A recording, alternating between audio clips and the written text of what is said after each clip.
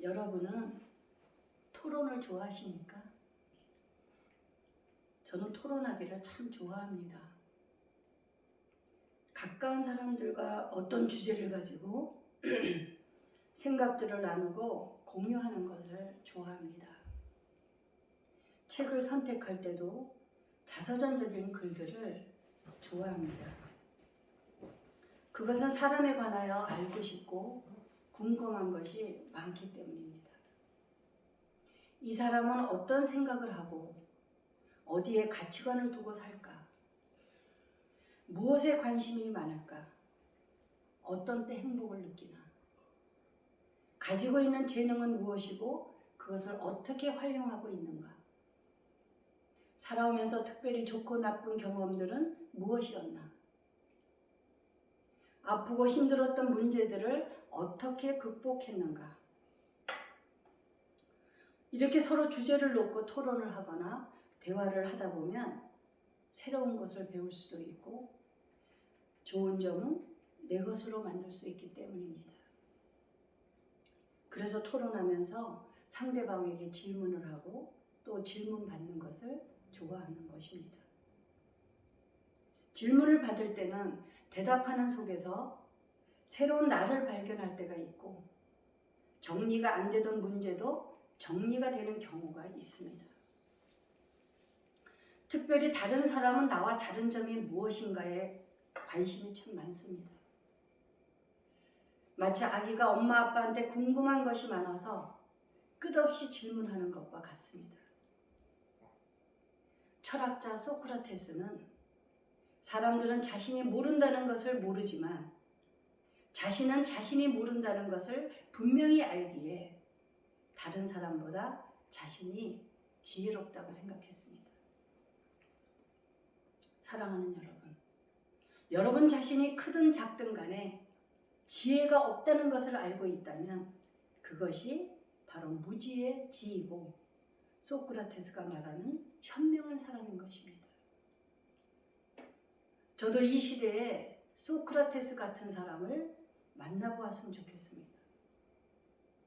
2000년 전에 예수님을 제가 만났더라면 아마도 예수님께도 질문이 엄청 많았을 것입니다. 저는 예수님께 질문하고 싶은 것이 너무나 많습니다. 그러한 분을 옆에 가까이 두고 있다면 그것은 축복일 것입니다. 천상, 천국에 가서나 예수님께 질문을 해야 할 것 같습니다. 예수님의 12 제자들도 예수님이 여러 가지 비유로 말씀하실 때 알아듣지 못하고 이해를 못해서 무슨 의미냐고 질문을 하곤 했습니다. 제가 소크라테스 형이라는 노래를 들을 때마다 그 노래를 작사한 나훈아 가수가 새롭게 달리 보여지는 것이 사실입니다. 그런 작사를 썼다는 것에 너무나 기발한 발상이라고 생각하지 않습니까? 제가 소크라테스를 좋아하기 때문에 더욱 그럴 수 있습니다. 소크라테스는 구약과 신약, 중간 시대에 기원전 470년에서 399년 사이에 그리스에서 태어났습니다. 오늘날 소크라테스에 대해서 우리들이 알고 있는 대부분은 그의 제자 플라톤이 쓴 저작물들입니다. 제가 플라톤의 사복음서로 불리는 저작 중 소크라테스의 변명이라는 책을 읽으면서 마치 예수님의 생애와 흡사하다는 생각을 했습니다. 자신의 목숨을 스스로 버리면서까지 누군가를 깨우쳐주고 싶은 안타까운 마음이 너무나 절실하다고 느꼈기 때문입니다. 소크라테스는 영혼을 소중히 여겼습니다. 그리고 무지의 지가구에 서서 지혜를 구하고 자기 자신과 다른 사람들을 살피면서 사는 것이 철학적 사상의 근본이 있다고 역설하였던 것입니다. 소크라테스는 학당 대신 아테네의 번화한 야외 시장인 저작거리에 나가서 하루 종일 사람들과 토론하면서 어울렸습니다. 젊은이건 노인이건 남성 여성이건 정치인이나 매춘부까지도 피하지 않고 신분이나 수준과 관계없이 아무하고든지 상대했습니다. 시장터에 많은 사람들이 몰려들어 그의 화려하고 상식을 뛰어넘는 논리와 재치를 지켜보았습니다. 그의 논증 방식은 천재적이었습니다. 소크라테스는 그렇게 질문법을 사용해 대화하는 사람들을 진정으로 알미란 무엇인가를 일깨워주기를 원했던 것입니다. 그래서 계속 질문을 던지면서 불멸의 철학 세계를 구축하였던 것입니다. 그 질문들은 본질이 아닌 것을 본질로 알고 있는 사람의 고정관념을 깨트리는 것이었습니다. 그러하여금 진정한 본질이 무엇인가에 관해 탐구하게 하고 그 탐구의 과정을 통해 진리의 세계에 이르도록 했던 것입니다. 소크라테스는 아테네인들의 무지와 위선을 꾸짖었습니다. 오로지 잘 먹고 잘 사는 것과 좋은 삶을 향유하는 것 외에는 관심이 없는 사람들을 질책하였던 것입니다. 소크라테스에게 중요한 것은 그저 사는 것이 아니라 훌륭하게 사는 것이었으므로 사형 통보를 받은 후에도 탈출하여 살 수 있음에도 불구하고 자신의 생각을 돌이키지 않았던 것입니다. 자신의 생각을 돌이키는 대신 28살 젊은 나이로 죽으면서 이런 말을 남겼습니다. 출발 시간이 왔고 나는 나의 길을 간다. 나는 죽고 너희들은 살고 어느 길이 더 나을까? 하나님만 아시리라.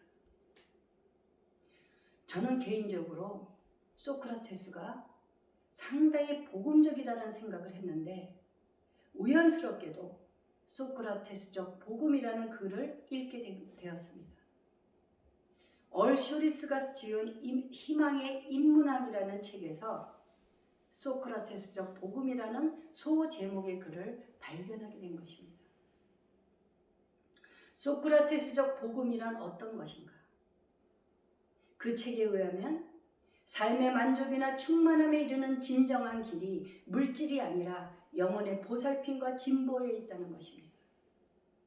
소크라테스는 사람들이 물질주의를 극복하도록 해주고 그들의 가치관이 뒤바뀌어 있다는 사실을 알게 하며 진정한 충만감이 무엇인가를 가르치려고 했습니다. 진정한 충만감이란 물질적으로 풍족함을 누리는 데서가 아니라 정신적 탁월함에서 온다는 사실을 깨닫도록 돕는 것이 자신에게 부여된 임무의 일부라고 믿었다는 것입니다. 그리고는 스스로에게 질문을 했습니다. 인생에서 가장 중요한 것이 영혼의 성장이라면 그것을 최상의 경지까지 끌어올리기 위해 해야 할 일은 무엇인가? 그 하나는 명예롭게 행동하는 것이고 두 번째는 지혜를 구하는 것이었습니다. 삶에서 진정으로 중요한 것은 정신적인 면이며 자신의 영혼을 돌보는 것이라는 것을 일깨워주고 싶었던 것입니다. 바로 권력과 명성, 그리고 물질적 재산보다 더 중요하다고 보는 시각을 사람들은 소크라테스적 복음이라고 불렀다는 것입니다. 소크라테스는 사후세계를 믿었고 그 사후세계에 관하여 아름답게 표현하기도 했습니다.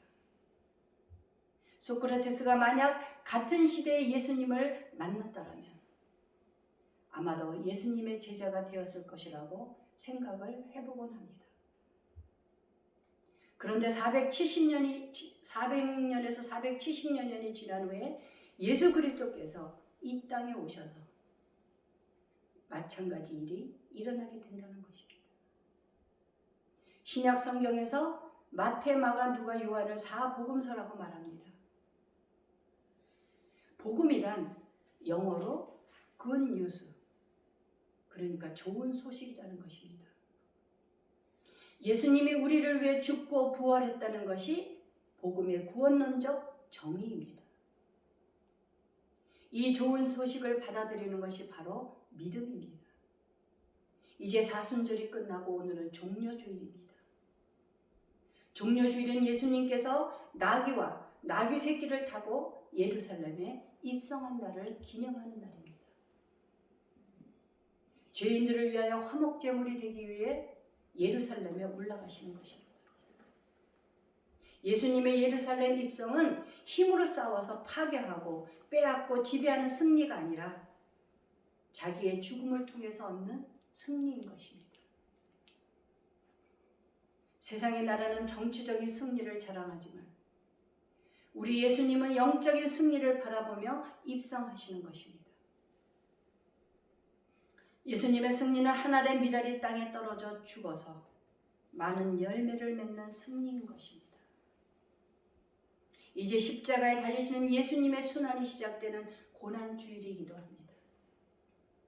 예수님이 순환을 당하시고 십자가에 달려 돌아가시는 금요일까지 여러분들이 그 고난에 참여하는 마음으로 나를 위해 죽으신 예수님을 묵상하는 한 주간이 되시기를 바랍니다. 오늘 본문 말씀 27편은 다윗이 사방의 적들로 둘러싸여 도무지 피할 길이 없는 그러한 상황에서 썼다는 것입니다. 두려워할 상황임에도 불구하고 놀라운 확신을 가지고 있는 다윗은 진짜 믿음이 무엇인가를 우리들에게 가르쳐주고 있는 것입니다. 믿음으로 살기를 원하는 자들에게 주의 구원이라는 진리를 일깨워주고 있다는 것입니다.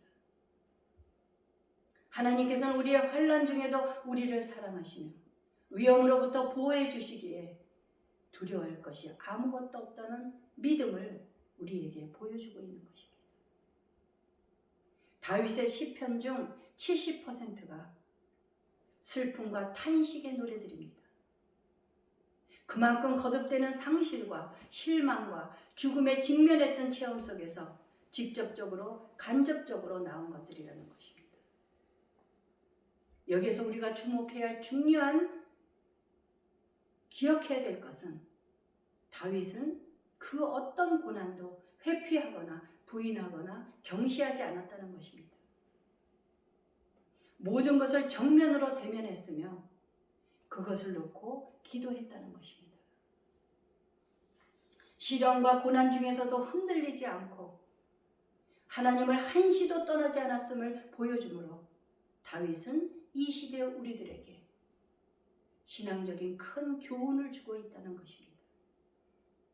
사랑하는 여러분, 여러분들은 살면서 여러 가지 어려움을 만날 때 그 어려움을 정면으로 대면하십시오. 그 뒤에는 우리들의 하나님이 계십니다. 그것을 신뢰하는 것이 바로 믿음입니다. 흔들리지 말고 담대하십시오. 어떠한 시련과 아픔과 괴로움 속에서도 주님을 바라보십시오. 하나님께서는 여러분들에게 반드시 살아계심을 나타내 주실 것입니다. 사랑하는 여러분, 다윗이 믿음으로 살기를 원하는 자들에게 주의 구원의 진리를 일깨워 주고자 했던 그 진리가 무엇이었을까요? 요한복음 17장 17절에서 이렇게 대답하고 있습니다. 저희를 진리로 거룩하게 하옵소서. 아버지의 말씀은 진리니이다. 그런가 하면 디모데전서 2장 4절에서는 하나님은 모든 사람이 구원을 받으며 진리를 아는 데에 이르기를 원하셨다는 것입니다. 하나님의 말씀은 진리입니다. 그리고 진리는 예수 그리스도시고 그것을 성경은 증거하고 있다는 것입니다. 진리란 참된 이치, 바른 도리를 말합니다. 구원의 진리를 아는 사람들은 오늘 본문 1절과 같이 이러한 신앙 고백을 하는 자들입니다. 여호와는 나의 빛이요 나의 구원이시니 내가 누구를 두려워하리요. 여호와는 내 생명의 능력이시니 내가 누구를 무서워하리요. 다윗은 자신의 삶의 생생한 체험을 통하여 하나님을 우리의 빛이라고 소개하고 있는 것입니다. 빛은 곧 생명으로 직결되어 있습니다. 하나님께서 천지를 창조하실 때 첫 번째로 창조하신 것이 바로 빛입니다. 태초에는 땅이 혼돈하고 공허하며 어두움이 있었습니다. 땅은 어두움과 넘실거리는 물로 덮여 생명도 생명의 가능성도 없던 상태였습니다. 그런데 하나님이 이르시되 빛이 있으라 하시니 빛이 있었습니다. 빛은 모든 생명의 기본 전제입니다. 그러므로 해가 창조되기 전 해와는 상관없이 먼저 빛이 나타나고 그 빛이 어두움을 몰아냈다는 것입니다. 빛은 하나님처럼 다른 모든 것을 비추며 드러나는 것입니다. 빛이 없으면 아마도 모든 창조 세계가 차갑고 캄캄한 상태 그대로였을 것입니다. 그런데 이 빛이 첫째 날에 창조되었고 곧바로 낮과 밤이 나뉘었다는 것입니다. 하나님은 빛을 주시는 분이시며 영원한 미래의 빛의 근원이 되십니다. 생명이 부활하고 번성하기 위해서는 빛이 있어야 합니다. 그 빛이 바로 예수 그리스도라고 하는 것입니다.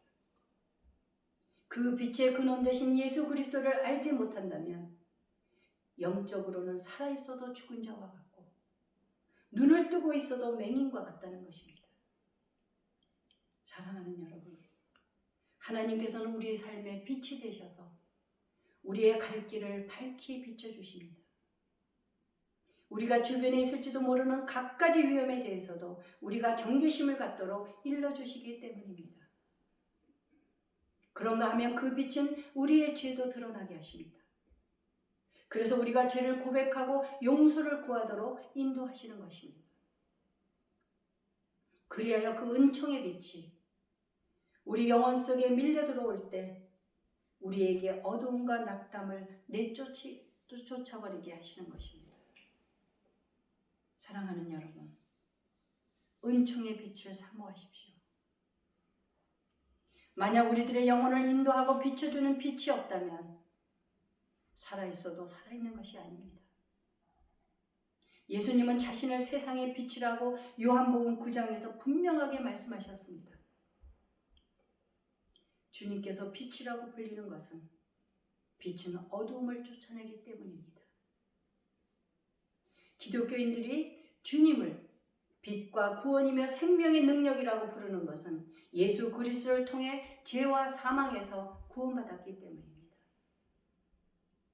사랑하는 여러분, 여러분이 생각하는 믿음이란 무엇입니까? 믿음이란 우리 모든 생활 가운데에서 예수님을 구세주로 인정하는 실천적인 지식입니다. 그런데 그 믿음은 경건의 훈련과 실천을 통해서 자라고 강해진다는 것입니다. 경건이란 우리의 영혼이 매일 매순간 주님을 바라보며 예수님의 삶을 닮아가도록 훈련하고 실천해야 얻어진다는 것입니다. 그것이 우리들의 영혼의 성장을 위하는 길이며 우리의 영혼을 보살피는 것이 된다는 것입니다. 예수님께서 우리 안에 오셔서 빛이 되어 주심으로 그 빛이 우리 속에 있는 어두움을 몰아내 주시고 우리는 밝은 시각으로 세상을 바라볼 수 있게 되는 것입니다. 그리고 주님을 향하여 이렇게 신앙 고백을 할 수 있습니다. 내가 여호와께 바라는 한 가지 일을 그것을 구하리니 곧 내가 내 평생에 여호와의 집에 살면서 여호와의 아름다움을 바라보며 그의 성전에서 사모하는 그것이라. 사랑하는 여러분, 우리가 은총의 빛을 사모하고 기도할 때 우리의 영안이 열리고 지각은 더 뚜렷해지며 주님 안에서 바른 가치관을 가지고 살게 되는 것입니다. 여러분은 여러분의 삶 속에서 가장 중요한 것은 무엇입니까? 다윗은 자신의 일생에서 가장 중요한 일을 하나님의 임재를 누리며 그 뜻대로 사는 것이었습니다. 우리의 삶은 늘 고난의 연속입니다. 환란이 오면 부모는 자식들에게 역할을 제대로 수행해 주지 못하지만 하나님께서는 그 능력을 우리들에게 나타내 주신다고 본문은 말씀하고 있습니다. 우리 그리스도인들은 사방에서 비방이나 모욕이나 험담이나 악담 등으로 흔들릴 때가 많습니다. 그런데 오늘 시편은 삶 속에서 끊임없이 우리들에게 그러한 상황 속에서도 신앙을 어떻게 지킬 것인가를 가르쳐주고 있는 것입니다. 성경은 우리 삶에 해답을 주고 해법을 가르쳐주는 아름다운 교과서입니다. 우리가 살 길이 막막할 때 하늘을 보라는 말이 있습니다. 사방이 막혔을 때 위를 보라고 하는 것은 바로 하나님을 바라보라는 것입니다. 거기서 해결 방법을 찾을 수 있다는 것입니다. 우리의 믿음은 계속 성장하지 않으면 퇴보되고 도태되는 것입니다. 그래서 하나님께서 늘 깨어 있으라고 말씀하셨습니다. 끊임없이 주님과 임재 가운데 머물러 있도록 우리를 훈련시켜야 합니다. 사랑하는 여러분, 예수님은 사망의 땅과 그늘에 앉은 자들에게 비치는 하나님의 빛이십니다. 그러므로 예수님이 없는 사람은 흑암에 앉은 백성이며 어둠의 사람인 것입니다. 그런데 불행하게도 교회 안에 있는 사람들 가운데에서도 예수 그리스도가 없는 사람들이 많다는 것입니다. 마태복음 6장 22절과 23절을 보면 눈은 마음의 등불이니 그러므로 내 눈이 성하면 온몸이 밝을 것이요 눈이 나쁘면 온몸이 어두울 것이니 그러므로 내게 있는 빛이 어두우면 그 어둠이 얼마나 더하겠느냐. 눈이 나쁘다는 것은 질투와 시기, 탐욕을 가리키는 표현이고 성한 눈이라는 것은 그런 것들로부터 자유롭다는 것입니다. 예수님을 영접한 우리들에게는 하나님께서 우리의 눈을 밝게 빛으로 만들어 하나님께서 창조하신 아름다운 세상을 보게 하실 것입니다. 기도하시겠습니다.